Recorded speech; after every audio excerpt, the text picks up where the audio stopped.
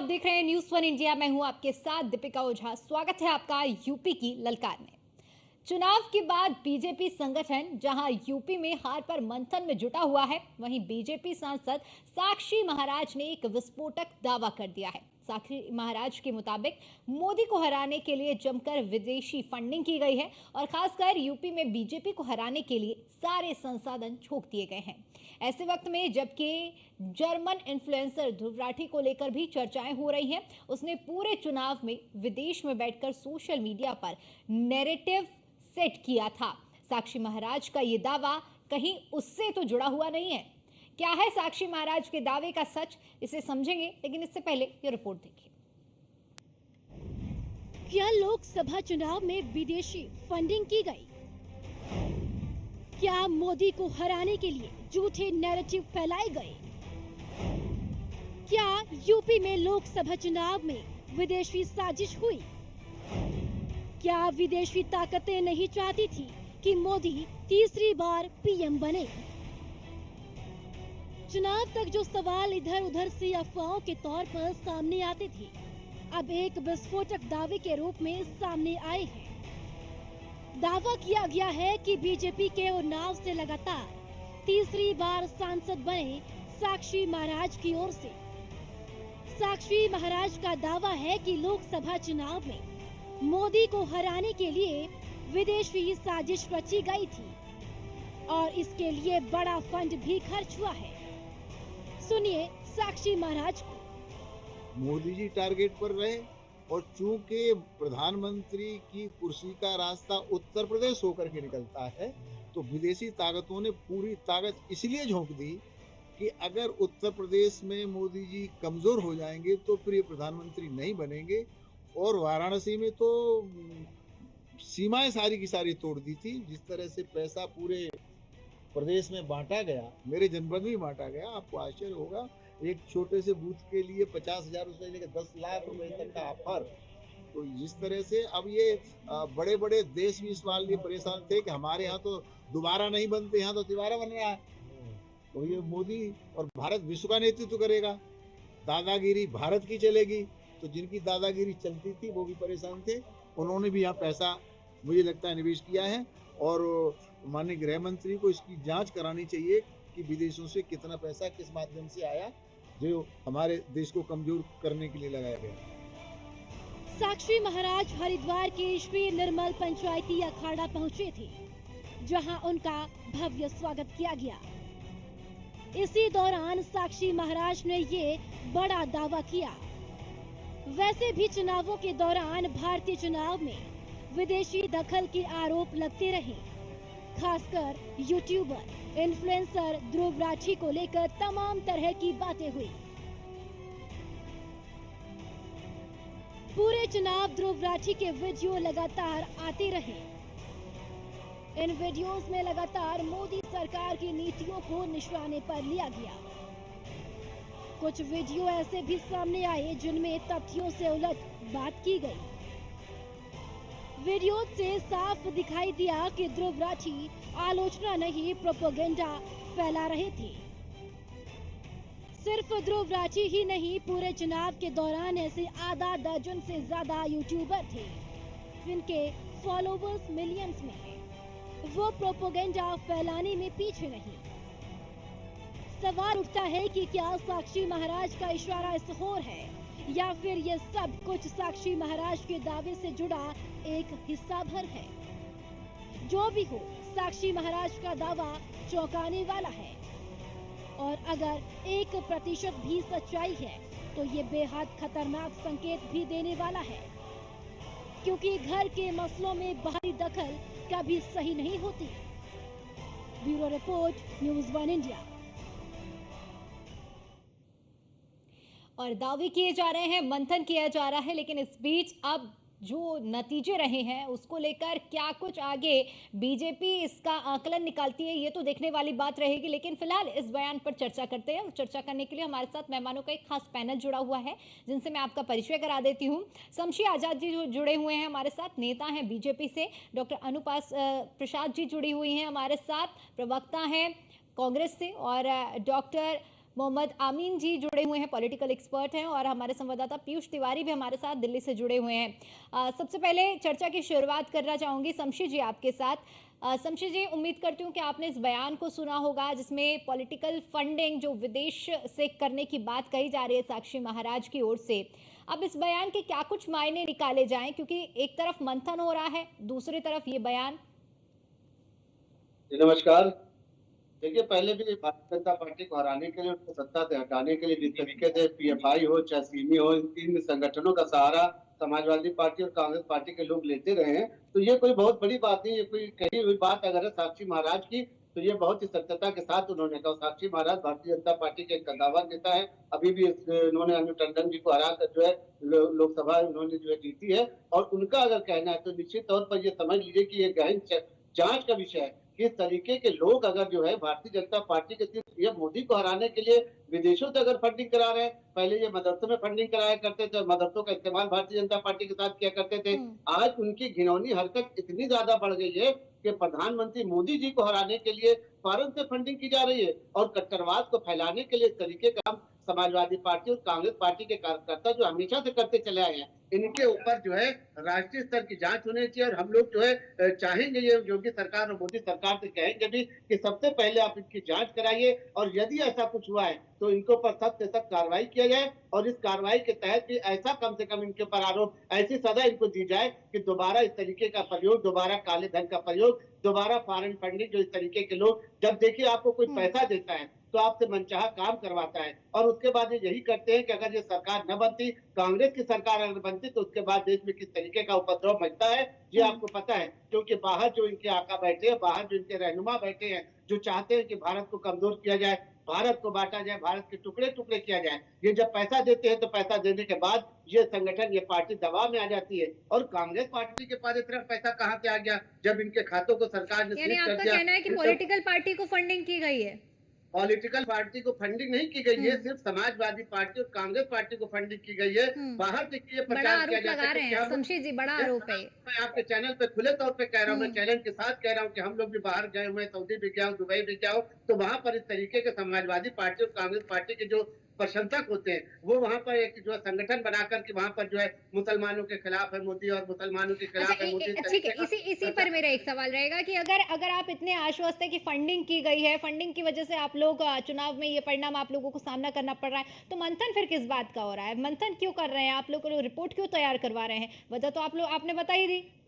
पैसे का इस्तेमाल जो है वो गलत ताकतों को बढ़ावा देने के लिए किया जाता है। पैसे का इस्तेमाल ये होता है कि अगर वो पैसा, जैसे कोई नेता को कोई पैसा अगर देता है चुनाव में, तो जब वो नेता जीत जाता है, उसकी सरकार आती है, तो आदमी उससे कोई ना कोई मनचाहा काम लेता है। तो यही हाल जो है, जो फॉरेन फंडिंग करने वाले लोग होते हैं, यही काम करते हैं कि आज अगर उनकी सरकार बन गई, तो जिस तरीके से समाजवादी पार्टी और कांग्रेस की पूर्व में सरकारें रही हैं, तो उन्होंने जिस तरीके का देश में उपद्रव मचाया है, ये कुछ छुपी हुई बात नहीं है। और इस बार भी यही चाहते थे कि मोदी जी को हराकर वो दिखलाना चाहते थे कि देश में फासिस्टवादी सरकार, जो देश में जो गुंडागर्दी करने वाली सरकार है, देश को टुकड़े टुकड़े में बांटने वाली सरकार है, उन पर जो है किस तरीके का दबाव भारत से पड़ता है, ये कोई छुपी हुई बात नहीं है। तो हम भी सरकार से यही कहना चाहेंगे कि इस पर जो है जांच करना चाहिए, और साक्षी महाराज के बयान को गंभीरता से लेते हुए इस पर एक जांच कमेटी बैठाकर उनका पता लगाना चाहिए कि समाजवादी पार्टी और कांग्रेस के जो प्रत्याशी थे, उन्होंने चुनाव में जो खर्चा किया है, उसका ब्यौरा जो है सरकार को जो है। ठीक है शमशी जी, ठीक है। अनु जी, बहुत मुस्कुरा भी रही हैं आप, और शमशी जी ने जिस कॉन्फिडेंस के साथ ये बात रखी है कि इसकी जांच होनी चाहिए, बयान आपने उम्मीद करती हूँ सुना ही होगा, क्या कहेंगे इन सब पर? सबसे पहले देश की जनता को मेरा नमस्कार, न्यूज वन इंडिया के सभी दर्शकों को नमस्कार। दीपिका जी, मैंने सुना तो था कि हार के बाद लोगों का मानसिक संतुलन गिर जाता है। आज मैंने साक्षात देख भी लिया कि भाजपा के लोग इस तरीके के जो जनता ने मैंडेट दिया, उनसे उनका तर्कपूर्ण बातें करने की जो शक्ति चली गई है, वो मुझे साफ आज झलक रहा है। सबसे पहली बात तो मैं ये कहना चाहती हूँ कि आज ये जो भाजपा के प्रवक्ता और जो ये भाजपा के सांसद ने जो बयान दिया है, इन्होंने सबसे पहले तो लोकतंत्र का जो मजाक बनाया है आज इस समय अपने इस बयान से, और इनके इस तरह के जो ये वक्तव्य जो बोल रहे हैं बैठ के टीवी डिबेट में, इन्होंने जनता को अपमानित किया है। मैं ये पूछना चाहती हूँ कि ये किस फंडिंग की बात कर रहे हैं? वो फंडिंग किस चीज के लिए उपयोग किया गया है? क्या जनता को कोई खरीद सकता है? क्या वोट किसने दिया है? क्या पैसे ने जाके वोट दिया है? क्या फंडिंग ने जाके बटन दबाया है जनता ने? जनता ने अपना मैंडेट दिया है। ये काम करेंगे नहीं, ये कह रहे हैं कि पूरे भाजपा के शासनकाल में लोगों ने उपद्रव मचाया। किसने मचाया? क्या ये युवाओं को अच्छा अनु जी एक चीज मैं आपसे भी समझना चाहूंगी, क्या आप ये बात मानती हैं कि चुनाव के, ठीक है अनु जी आप मेरी बात भी सुन लीजिए, क्या आप ये मानती हैं क्योंकि इस बार जो चुनाव हुए हैं उसमें देखा गया है कि सोशल मीडिया का कितना ज्यादा योगदान रहा है और एक नैरेटिव सेट करने का भी काम रहा है, चाहे बात बीजेपी की हो, कांग्रेस की हो या समाजवादी पार्टी की। ध्रुव राठी का भी जिक्र हो रहा है इस टाइम पे कि चुनाव के दरमियान ध्रुव राठी कितना एक्टिव रहे हैं और उन्होंने किस तरह की कैंपेनिंग की है, ये बड़ा सवाल उठ रहा है ना। ध्रुव राठी की जांच कराई जाए तो वो कहीं ये पूछना चाह रही हूँ कि ये मुझे तो बहुत अच्छे से ध्यान है कि जो रोजगार की बातें हो रही थी तो ये बीजेपी के लोग बड़ा चिल्ला के बोल रहे थे कि सरकारी नौकरी नहीं होती है। आजकल यूट्यूब पे भी जो यूट्यूबर होते हैं वो भी कमाई कर रहे हैं। तो आज जब इस पूरे चुनाव में इतने सारे यूट्यूबर निकल के आ रहे हैं तो मुझे तो लगता है कि इनको तो अपने रोजगार देना चाहिए। ध्रुव राठी का बायोडाटा भी चेक करना चाहिए। अगर राठी का चेक कराया जाता बायोडाटा तो मैं फिर कह रहा हूँ कहीं ना कहीं समाजवादी पार्टी और कांग्रेस पार्टी का कार्यकर्ता निकलेगा, जितने हमेशा जो है मोदी और भारतीय जनता पार्टी के खिलाफ उठने का काम किया है। ठीक है आप दोनों को ही रोकना चाहूंगी। आमीन जी भी हमारे साथ जुड़े हुए हैं। आमीन जी आपसे इसका पूरा विश्लेषण समझना चाहूंगी क्योंकि एक तरफ जो शमशी आजाद जी की आपने बात सुनी होगी वो कह रहे हैं कि पॉलिटिकल फंडिंग हुई है, साक्षी महाराज के बयान का समर्थन कर रहे हैं। दूसरी तरफ अनु जी हैं वो कह रही है कि ये लोकतंत्र का चुनाव था, जनता ने वोट किया है और वो इस बात को सिरे से नकार रही है। आप किस तरह से देख रहे हैं इन आरोपों को, क्या विश्लेषण करेंगे इसका?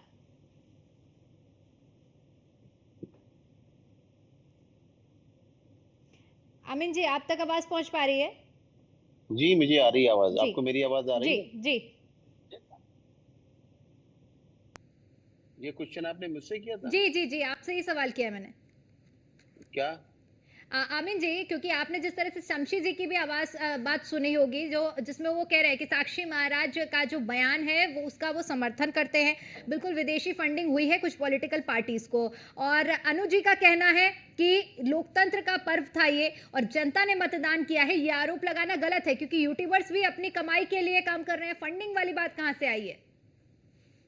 देखिए जहां तक मेरा सवाल है ये जो हार हुई है या जीत हुई है उसके लिए तो वो जिम्मेदार है उनके जो जिनको टिकट दिया गया था उन्होंने क्या काम किया, क्षेत्र में उनकी क्या ख्याति रही, बहुत कुछ के कारण थे जो बीजेपी अपना ढूंढ रही है और समाजवादी भी ढूंढ रही है और कांग्रेस भी ढूंढ रही है। हर एक के कैंडिडेट हारे और जीते हैं।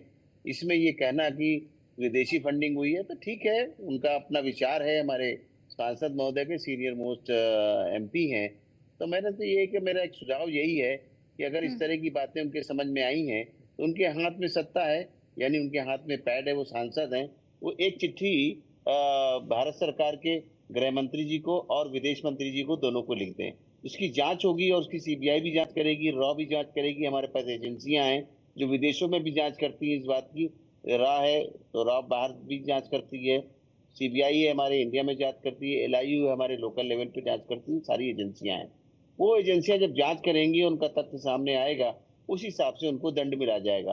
और जहां तक सवाल है विदेश में बैठ के लोगों ने काम किया है अगर हराने का, तो हमारे पास लीगल एंड ट्रीटी, मैं विदेश मंत्रालय में भी रहा हूँ, तो जहां तक सवाल है लीगल एंड ट्रीटी डिपार्टमेंट है हमारे यहाँ विदेश मंत्रालय का, वो इसको देखेगा कि कहाँ कहाँ पर कौन कौन से लोगों ने इसमें जांच में हिस्सा लिया या भाग लिया हमारे देश में हराने के इलेक्शन में। उनके प्रति कार्रवाई होगी और उनको स्ट्रेटेजिंग करके हमारे देश में लाया जाएगा और उनपे जो है एक्शन किया जाएगा कि इस तरह से फॉरेन फंडिंग करके हमारे यहाँ इन्होंने हमारे देश को तोड़ने की कोशिश की, हमारे देश में इलेक्शन को खराब करने की कोशिश की। इस तरह की बातों को नहीं किया जाना चाहिए जो लीगल नहीं है, और इसका उनको पनिशमेंट मिलेगा। मैं समझता हूँ कि एक बहुत अच्छी बात होगी कि हमारे जो सांसद महोदय हैं उनको एक चिट्ठी लिखना चाहिए और इस बातों को दर्शाना चाहिए कि मुझे इन लोगों पर शक है। जैसे ध्रुव राठी का नाम दिया जा रहा है तो वो जर्मनी में रहते हैं, तो जहाँ जवाब सवाल है इस बात का कि हमारे देश की अगर जर्मन से ट्रीटी है, लीगल एंड ट्रीटी, तो उनको प्रत्यार्पण किया जाएगा और यहाँ पे उनके खिलाफ मुकदमा कराया जाएगा। जैसे हम आतंकवादियों को लाते हैं, इसी तरह इन लोगों को भी लाकर पनिश करेंगे, जिससे भविष्य में इन लोगों की इस तरह की हरकत करने की, हमारे देश को तोड़ने और हमारे देश में इलेक्शन को खराब करने की बिल्कुल हिम्मत ना पड़े ठीक भविष्य है, में भी, ठीक है क्योंकि ये अनुज जी। एक बहुत बड़ा हुँ। गंभीर मामला है। बिल्कुल। जी। पीयूष, क्योंकि 2024 के चुनाव को आपने भी ग्राउंड में रहकर अच्छे से देखा है और कवर किया है। अब ये आरोप एक तरफ, अभी से पहले हमने जो भी चुनाव हुए हैं वहाँ पर ईवीएम पर ठीकरा फोड़ते हुए लोगों को सुना है, पार्टियों को सुना है। ये जो आरोप है, इसे किस तरह से आप देख रहे हैं कि विदेशी फंडिंग की बात इस बार आ रही है? देखिए, अगर हम बात करें तो इस बयान के दो पहलू हैं। एक तरफ चूंकि साक्षी महाराज फायर ब्रांड नेता हैं और अक्सर इस तरीके के बयान देते रहते हैं और इन बयानों की वजह से वो सुर्खियों में भी रहते हैं। उन्होंने ये आरोप लगाया कि विदेशी फंडिंग हुई है और खासतौर पे उन्होंने बूथ लेवल तक की बात की कि वहाँ तक पैसे बांटे गए। उन्होंने अपने चुनाव की भी बात की कि किस तरीके से उनके क्षेत्र में भी पैसे बांटे गए हैं। हालांकि उत्तर प्रदेश को लेकर खासतौर पर उन्होंने जिक्र किया और सबसे बड़ी बात है कि साक्षी महाराज जो कह रहे हैं, निश्चित रूप से इसकी क्या कुछ सत्यता है इसके बारे में, चूंकि उन्होंने भी जिक्र किया कि गृह मंत्रालय को इसकी जांच करनी चाहिए। अब सरकार क्या वाकई इस पूरे मामले की जांच करेगी या इसे कहीं ना कहीं ठंडे बस्ते में डाल देगी, ये भी देखने वाली बात होगी। लेकिन इस बात से भी इनकार नहीं किया जा सकता है कि चुनाव से पहले जिस तरीके से चाहे विदेशों से तमाम जो बयान निकलकर सामने आए थे, पहला बयान आपको याद होगा कि पाकिस्तान के एक गृह मंत्री हैं, उन्होंने सीधे तौर पे कहा कि मोदी को हटाना जरूरी है। यह बयान काफी चर्चाओं में रहा। उससे पहले अगर हम जाएं तो जॉर्ज सोरोस का नाम आपने सुना होगा, एक अरबपति हैं। उन्होंने किस तरीके से कहा, प्रधानमंत्री पर उन्होंने हमला बोला, भारत के लोकतंत्र पर उन्होंने हमला बोला और इसका जवाब जो है इसी केंद्रीय कार्यालय जहां पर इस वक्त मैं मौजूद हूं, भारतीय जनता पार्टी मुख्यालय, यहाँ पर केंद्रीय मंत्री स्मृति ईरानी ने जवाब दिया था और जॉर्ज सोरोस को एक कड़ा जवाब भारत की ओर से दिया गया था। तो इसके अलावा आपने देखा कि तमाम सोशल मीडिया इन्फ्लुएंसर की बात करें या जो लोग सोशल मीडिया पर सक्रिय रहते हैं, खासतौर पर विदेशों में हैं और भारत के रहने वाले हैं, वो किस तरीके से एक तरफा वीडियो बनाते थे और कहीं ना कहीं भारत की कई ऐसे भी इन्फ्लुएंसर हैं जिनका जो भारत की छवि जो है वो कहीं ना कहीं धूमिल करते थे। तो कहीं ना कहीं पूरा जो प्रयास है वो एक तरीके से जरूर किया गया है। हालांकि भारत की लोकतंत्र की प्रणाली है और जिस तरीके से यहाँ पे चुनावी प्रक्रिया होती है उस तरीके से यहाँ पे सरकारें चुनी जाती है या जो सांसद हैं वो चुने जाते हैं। अब साक्षी महाराज के बयान में क्या कुछ सच्चाई है, साक्षी महाराज के पास क्या कुछ पुख्ता एविडेंस है, किस आधार पर वो इस तरीके का बयान देते हैं, ये फिलहाल जांच का विषय है, आगे जांच होगा। लेकिन कहीं ना कहीं विदेशों से जिस तरीके से खासतौर पे जो दुश्मन देश है भारत के, वहां से जिस तरीके की आवाजें आई कि पीएम मोदी को हटाना भारत से बेहद जरूरी है, उन्हें प्रधानमंत्री पद पे नहीं रहना चाहिए, तमाम तरीके की बातें निकलकर सामने आई थी। तो इससे इनकार नहीं किया जा सकता कि क्या वाकई में विदेशी फंडिंग हुई है। और आमतौर पे चुनावों में देखा गया है कि कहीं ना कहीं फंडिंग्स होती है और चाहे वो विदेश से हो, देश से हो, और उसकी जो जांच है कई जगहों पर आपने देखा कि कई जो पैसे हैं वो बरामद भी होते हैं, तमाम तरीके की अनुज चीजें जी, चुनाव में इसी पर बरामद मैं होती आपसे भी समझना चाहूंगी, क्योंकि जिस तरह से अभी हमारे सहयोगी पीयूष जिक्र कर रहे थे कि चुनाव के दरमियान लगातार ये आवाजें उठी हैं। पाकिस्तान से भी एक ट्वीट आया था जिसका आप ही के सहयोगी दल के अरविंद केजरीवाल की ओर से हालांकि जवाब भी दिया गया था, जब उसमें कहा गया था कि प्रधानमंत्री नरेंद्र मोदी को प्रधानमंत्री से हटाना है। क्या इस बार इस तरह का कुछ नैरेटिव सेट करने की जो कोशिश की गई है और विदेशों से भी आवाज उठी है, इसको कहीं ना कहीं आप देखती हैं और कैसे देखती हैं?